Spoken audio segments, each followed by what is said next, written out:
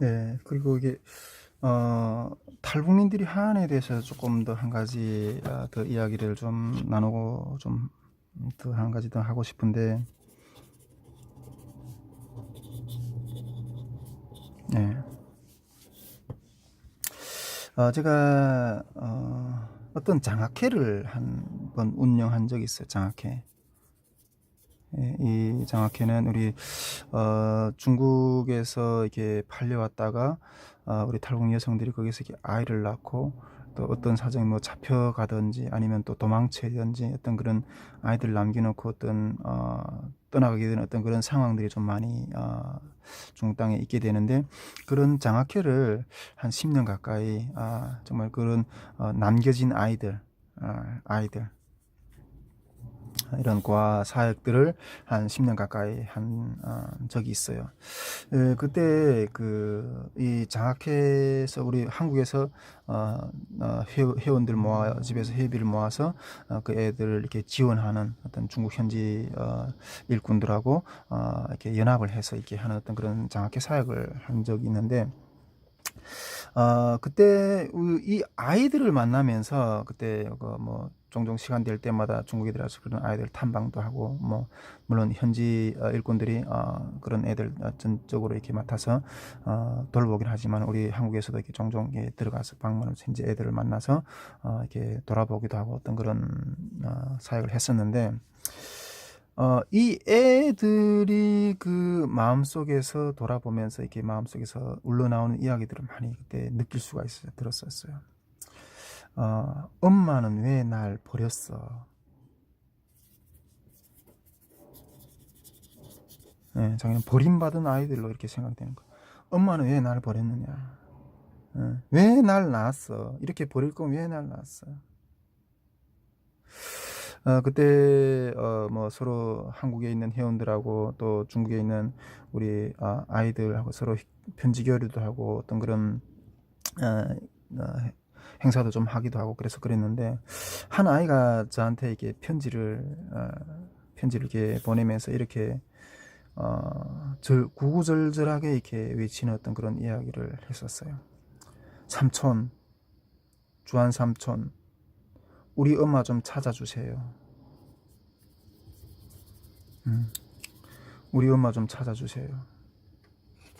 어떤 그런 이야기를 참 들었어요. 들으면서 그 애들이 마음속에 있는 그 원한, 예, 그 애들이 마음속에 있는 원한들을 막 느끼면서 그 애들이 자기는 엄마들한테 버림을 받았다고 생각하는데, 그 엄마들을 미워하는 애들도 원한이 있고 힘들고 자기 삶이 있지만 그를 자기를 낳아서 버리는 엄마들에 대한 엄마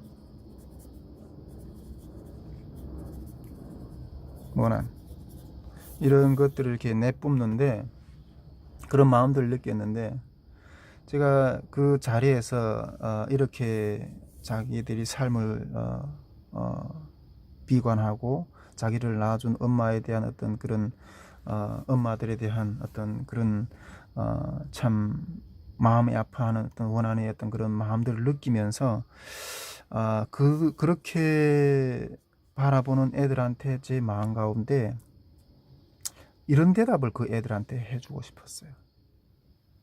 예.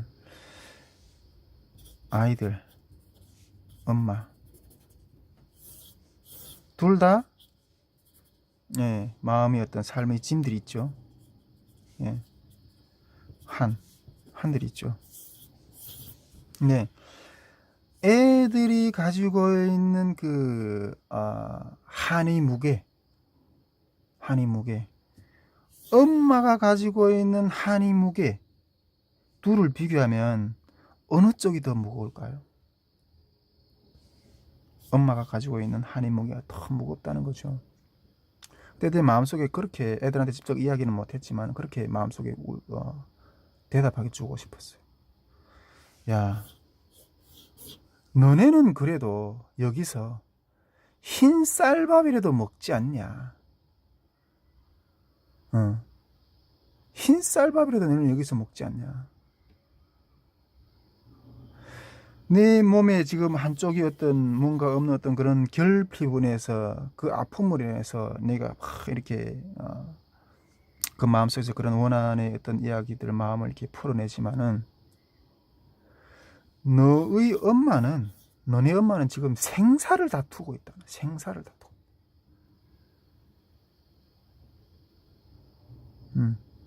중국에서 너는 네 엄마가 옆에 그래도 어딘 곳인가에 살아있는 것이 좋겠냐 아니면 없는 목숨처럼 그냥 네 옆에 영원히 이 세상에 없는 어떤 그런 존재가 되겠으면 좋겠느냐.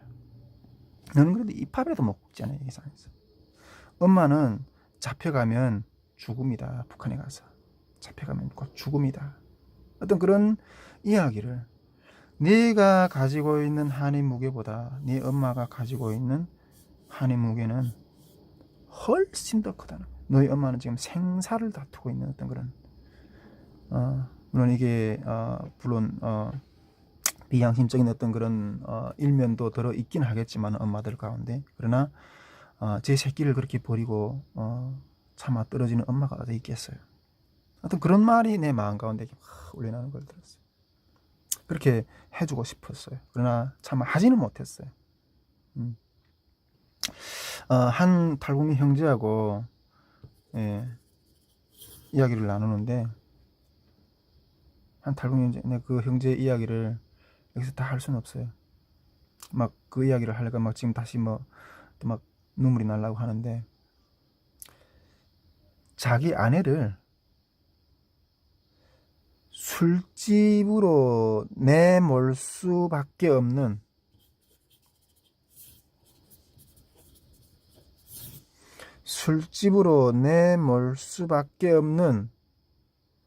그런 탈북민 여성들의 삶을 당신은 아는가 그죠?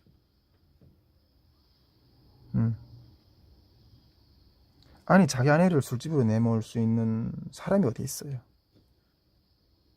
네, 저도 그냥 그 형제 이야기를 들으면서 그냥 저도 뭐 어떻게 해줄 수가 없어서 그냥 같이 울었어요. 그 형제하고 같이 울었어요. 네, 그냥 같이 울었어요. 탈북민 여성들이 뭐 한국에 와서 정착을 제대로 못한다고 그냥 술집 다니고 막 이런다고 그냥 함부로 정지할 수 있는 건 아닌 것 같아요. 네, 같이 그냥 저도 어떻게 해줄 수 있는 게 없어 그냥 울었어요 같이. 여러분 이 뭐 탈북민들뿐 아니라 우리 민족 자체가 이 한을 품고 있는 어떤 그런 민족이 아닌가 저는 그렇게 생각해요. 그게 뭐 대표적으로 어떻게 우리가 이야기할 수 아리랑 우리 민족 민요 아리랑 이 자체가 한을 푼 노래 한을 담고 있는 노래잖아요. 나를 버리고 가신 님은 십리도 못 가서 발견. 나를 버리고 가시는 님은 십리도 못 가서 발병난다. 민족 자체가 이 한을 담고 있는 어떤 그런 한의 민족이라고. 우리 민족 자체가 탈북민들뿐 아니라 뭐 6.25 이야기까지 하려면 뭐 끝이 없어요. 그냥 역사적인 이야기, 시간에 이산 가족이 담고 있는 그 한에 대한 이야기를까지 하려면 끝이 없는 거죠. 끝이 없는 거죠. 요셉은 이런 절망의 연속 속에 살았다. 이런 절망의 연속 속에서 살았다는 거예요. 요셉도 어미를 잃고 팔려가고 감옥에서 억울하게 누명을 쓰고. 근데 이러한 한 속에서 맺어 있으면 사람이 여기 묶여 있다. 여기서 이렇게 헤어날 수가 없어요. 그런데 이 상태에서 구원을 받으려면 하나님이 건져 주셔야 돼요. 인간 스스로는 이 속에서 헤어나갈 수 있는 힘이 없어요. 하나님이 건져 주셔야 돼요. 하나님이 건져 주셔야 돼요. 우리 요셉이 쭉 삶을 이렇게 쭉 돌아보면 성경이 항상 이렇게 기록을 하고 있어요. 항상 요셉이 어떤 그런 절망적인 어떤 그 정말 더 절망에 빠져가는 어떤 그런 삶의 연속 속에서 또 하나님 항상 이 구절이 담겨져 있어요. 성경에 보면 하나님이 요셉과 함께 하사.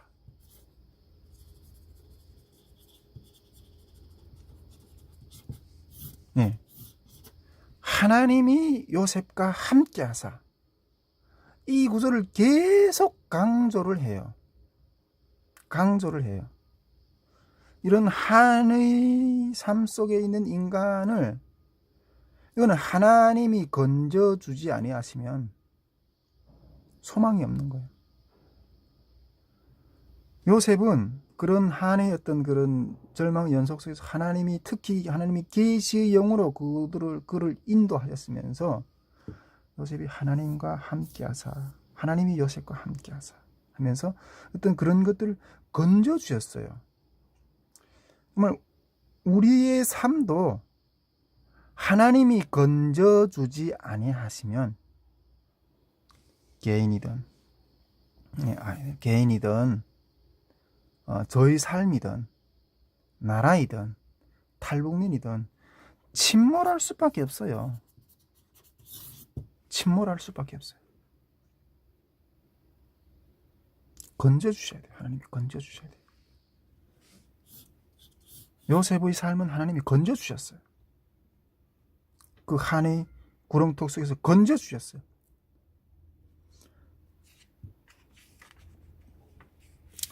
저는 저희 삶이 한에 맺어 있는 어떤 그런 삶 때문에 삶의 어떤 그런 기프 때문에 그냥 빠져 들어가 가지고 헤어나지 못하는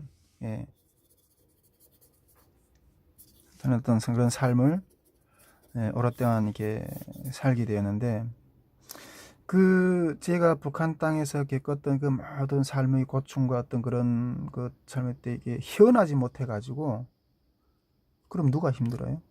저희 가족이 힘든 거죠. 저희 가족이 힘든 거죠. 아내와 딸이 힘든 거죠.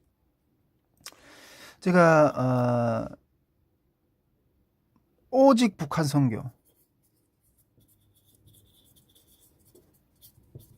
오직 북한 선교를 외치는 이유 중에 한 가지, 이유가 여러 가지가 있을 수 있겠죠. 물론 내가 북한 선교의 사역자이기 때문에 북한 선교에 대한 하나님의 사명을 받은 사람이기 때문에 여기를 매진한다 이렇게 생각할 수도 있지만은 그 삶의 밑바탕에는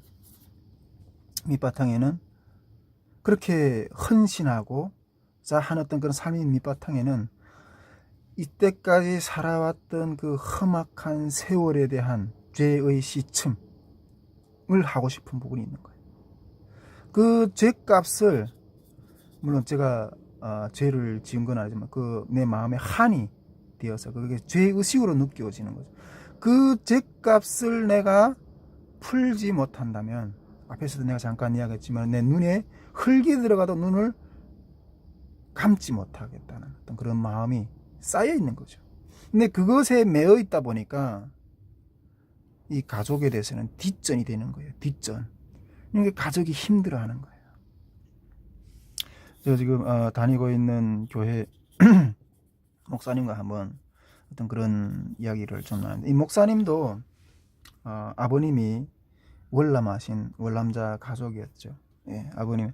이 아버님도 평생 어떤 그 실향민의 어떤 삶 속에서 정말 고통하는 어떤 그런 살아가는 고향에 두고 온 어떤 형제들에 대한 어떤 그런 마음의 원한 때문에 늘 그래 고통스럽게 살아가는 그런 아버지를 보면서 살았던 거예요. 그런 아버지를 늘 베트에서 보면서 살았는데 그 목사님이 한 번은 그 아버지한테 이렇게 말했다는 거예요. 우린 뭔데? 우리는 뭔데? 북한에 두고 온 가족 지금 남한 삶을 하고 있잖아요. 이 아버지가 남한 남한에서도 지금 이 아버지로 인해서 어, 생성된 어떤 그런 관계들, 가족들이 있잖아요. 근데 이쪽에만 늘 매여서 있다 보니까 이쪽을 보지 못하는 어떤 아버지의 삶을 바라보면서 우리는 뭔데? 현재는 어쩔 건데, 현재는 어쩔 건데. 아버지가 선택한 가정이고 아이를 낳았는데 여기도 아버지 삶의 한 부분이라는 거예요. 삶의 한 부분. 이쪽만 아버지 삶의 부분인 거니라 여기도 아버지 삶의 부분이라는 거예요. 그러니까 이게 과거와 현재의 어떤 과정 가운데서 아픔에 매여 있으면서 현재의 존재도 지금 살려고 애타게 몸부림을 부르짖고 있다는 거예요. 현재의 삶도 애타게 몸부림을 부르짖고 있다. 여기도 좀 살아야지. 이 슬픔에서 헤어나지 못하니까 여기서도 좀 살아야지. 여기선 좀 삶도 이렇게 애타게 부르짖고 있는 거예요. 여기도 좀 살아야지. 제가 종종 이 북쪽에 있는 어떤 그런 부분에 대한 어떤 삶의 그런 모습에서 헤어나지 못할 때 들은 말들이 있어요. 들은 말들. 왜 왔어? 이렇게 이쪽만 가지고 이렇게 몸부림치면서 여기에서 헤어나지 못할 때 왜 이쪽이 왔네? 왜 이쪽 삶을 열어놓는가 한 거예요? 왜 왔어? 왜 왔어? 다윗이 모습이 잠깐 생각나는데 다윗이 자기 아들 압살롬이 이렇게 죽었잖아요. 그 요압 왕과 이렇게 요압 왕이 이렇게 요압이 이렇게 왕과 이렇게 해서 이렇게 죽였잖아요, 아들을 압살롬을. 그때 압살롬은 어, 압살롬은 아버지를 배반해서 당연하게 죽어야 되죠. 근데 이걸 형벌 받아 죽고 나니까 내 아들 압살롬아, 내 아들 압살롬아. 예, 물론 현실적으로 자기를 대적한 아들이지만은 그 과거의 자녀라는 어떤 그런 부분 때문에 하는 탈북 아픈 어떤 그런 다윗의 모습을 좀 생각나게 되더라고요.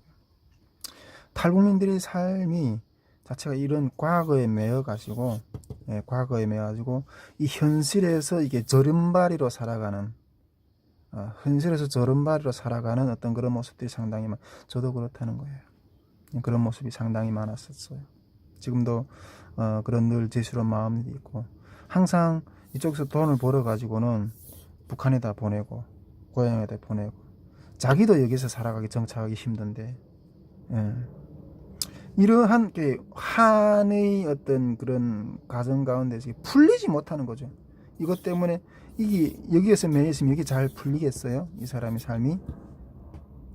근데 오늘 요셉 이런 삶, 이게 한에 맺힌 삶에서는 주님이 건져 주셔야 된다는 거예요. 예. 주님이 건져 주셔야 돼요. 주님이 건져 주심이 필요하다는 거예요. 예. 예. 하나님이 요셉과 함께하사 건져 주셨다는 요셉의 삶을. 요셉의 삶은 주님으로부터 건져움을 받은 삶이에요. 예. 감옥의 구덩이에서 건짐을 받았고 우리가 하나님이 그러한 삶에서 건져 주실 때 우리는 그 고난이 승화가 되어서 그 고난이 면류관이 된다는 거예요. 하나님이 건져 주셨다고 하는 고백을 우리는 요셉의 삶이 고백 속에서도 또 엿볼 수가 있는데 하나님이 건져 주셨다는 사실을 인정하고 고백하는 것들을 요셉의 삶에서 우리 볼 수가 있는데 요셉이 우리가 그 형들을 나중에 그 용서하잖아요. 용서. 아버지가 죽은 다음에 형들을 또 이렇게 또 한번 형들 앞에 이렇게 하는 어떤 그런 말에서 이렇게 이 요셉이 이런 하나님이 하셨다, 하나님이 건져 주셨다는 어떤 그런 고백을 충분히 그쪽에서 이렇게 캐치해서 찾아볼 수가 있는데, 요셉이 그 형들을 이렇게 용서하는 게 우리가 성경 일반적으로 성경 해석하고 설교하는 사람들은, 목사님들은 요셉이 겸손해서 요셉이 용서해. 저는 그런 차원으로 보지 않아요. 요셉이 용서했다고 보지 않아요. 아버지가 죽은 다음에, 아버지가 물론 그 전에도 그 용서하셨던 어떤 그런 이야기들을 이렇게 쭉 했지만, 아버지가 죽은 다음에, 야곱이 죽은 다음에 요셉이 형제들이 그 요셉이한테 두려워서 떨면서 이렇게 막 이렇게 아버지가 죽으면서 우리를 잘 돌봐 주라고 나한테 이렇게 당부했다, 이렇게 하면서 두려워서 떨면서 형들이 요셉 앞에서 이렇게 막 이렇게 이야기를 하잖아요. 예, 두려워 떠는 그런 형제들 앞에서 하나님의 역사를 당신들이 하지 마시라고. 내가 그런 것이 아니라 이것은 우리를 건져주신 하나님의 역사라고 고백하는 요셉의 말에서 우리는 그 요셉이 정말 하나님 앞에 정말 건짐을 받은 삶이라는 것들을 얘기할 수 있잖아요. 네, 볼 수 있는데 요셉이 이렇게 말하잖아요. 성경 구절 여기서 구체적으로 제가 이렇게 찾지는 않겠습니다. 제가 이렇게 읽어드릴 텐데, 두려워 마소서 내가 하나님을 대신하리이까. 당신들은 나를 해하려고 하였으나 하나님은 그것을 선으로 바꾸사 오늘과 같은 만민의 생명을 구하려 하셨으니, 이렇게 요셉은 그 형들이 두려워 떠는 형들 앞에 그렇게 말하고 있어요. 예. 그 고백의 의미가 뭐예요? 이 고백의 의미가 뭐예요? 요셉의 고백의 의미. 예. 되어졌던 일들은 악하게 보였다. 너희들이 당신들은 나를 해하려고 했다. 이런 일들은 악하게 보였다. 실제 나도 보기에 악하게 했다. 그래서 나도 원한이 있었다. 그런데 그런 당신이 나를 해하려 했던, 그러나 그러한 악함으로 인해서 내가 애굽에 오지 않았다면, 그 모함의 악함으로 인해서 내가 감옥에 갇히지 않았다면 내가 총리가 될 수가 없었고, 그런 흐름으로 내가 그런 삶이 어떤 그런 고난의 여정 가운데 있지 않았다면 내가 오늘날 애굽에 오지 않았을 거고, 애굽에서 내가 총리로까지 하나님이 세워주지 않았을 거다. 만일 내가 총리가 되어서 어떤 그런 자리에 이르지 못했더라면 가족과 만민이 구원하는 역사가 어떻게 이루어졌겠느냐. 이 되어진 역사를 보니까 이것은 악이 아니라 하나님의 섭리였다는 것을 요셉이 그 자리에서 고백하게 되는 거예요. 하나님이 우리를 건지신 역사라는 거예요. 그래서 내가 어찌 하나님을 대신할 수 있겠느냐. 하나님이 건져주셨다. 너는 내가 너희들을 해할까 두려워하지 말라고. 이것은 하나님이 나를 건지셨고 우리 야곱이 온 족속을 건지신 일이라는 거예요. 요셉이 이런 한의 역사, 우리가 걸어온 이 한의 역사, 이런 것들은 하나님이 건져주셔야 된다는 거예요. 건져주지 않으신다면 할 수 없다는 거예요. 그러므로 내가 어찌 하나님을 대신하겠느냐. 하나님을 경외하라는, 하나님을 경외하라고. 그러면 하나님을 나한테 용서를 구하고 이래서 하나님을 경외, 너희를 건지신 하나님, 나의 삶도 나를 건지신 하나님의 삶이지만은 너희를 건지신 하나님의 역사라고, 이렇게 요셉은 건져주신 하나님에 대해서 이야기를 하고 있는 거예요. 이야기를 하고 있는 거예요. 여기에서 이제 마무리를 하면서 우리가 중요한 포인트를 하나 더 짚고 끝을 맺으려고 하는데, 우리가 이러한 원한을 마주하면서 살아갈 것인가? 예. 아니면 함께 하사일이 건져주시는 하나님을 바라보는 믿음을 마주하며 살 것인가? 이 원한을 마주하고 있는 믿음하고 삶하고 이 믿음을 마주하고 있는 삶의 방향은 완전히 다르다는 거예요. 이 믿음을 가지고 나의 삶에 있는 고난을 마주할 때는 이 고난은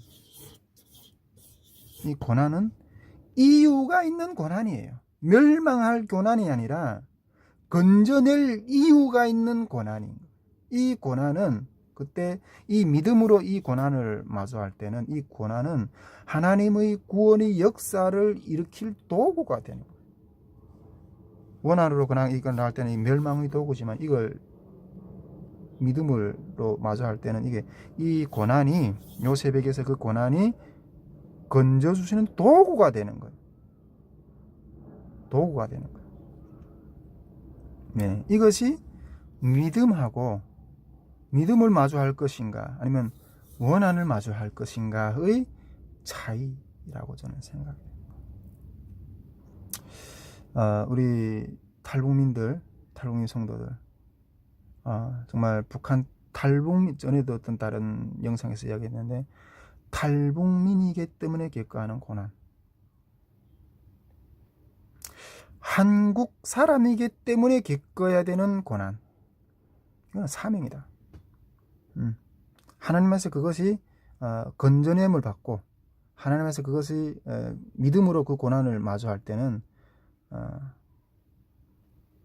그 고난은 이유가 있고 구원의 도구가 된다. 요셉이 자기 형제들을 이끌어냈던 어떤 그런 구원의 도구가 된다는 것. 예, 탈북민들, 또 우리 민족과 우리 북한 땅, 이런 우리 앞에 만난 어떤 그 탈북민 때문에 만나는 어떤 겪게 되는 그런 고난이 구원의 도구가 되기를, 저는 그렇게 믿음으로 바라보고 싶은 겁니다. 이 땅의 걸어가는 우리들의 모든 걸음이 이런 믿음으로 대할 때 우리들의 삶은, 우리가 겪고 있는 그런 삶은, 그런 원한의 어떤 그런 고난의 짐은 주님이 역사를 세울 어떤 그런 구원의 도구가 될 겁니다. 우리가 원한을 마주하며 살 것이 아니라, 특히 우리 민족은 아까도 말했지만 그 한의 민족이라고 그랬잖아요. 탈북민들 때문에 겪게 되는 어떤 그런 어떤 한 민족이 한 원한을 마주하는 것이 아니라 믿음을 마주하면서 살 때 우리 민족은 마지막 시대의 복음의 어떤 그런 도구로서 사용받게 될 거고, 우리가 겪고 있는 6.25의 어떤 그런 통일시대에 엄청난 어떤 그런 상처들이 있을 거예요.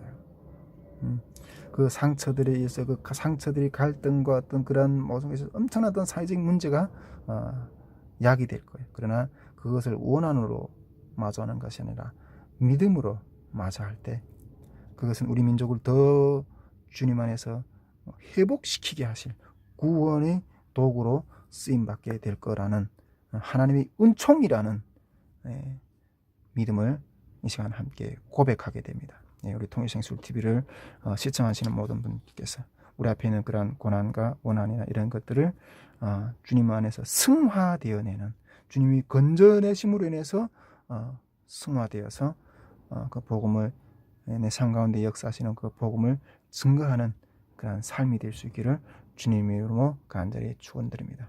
감사합니다.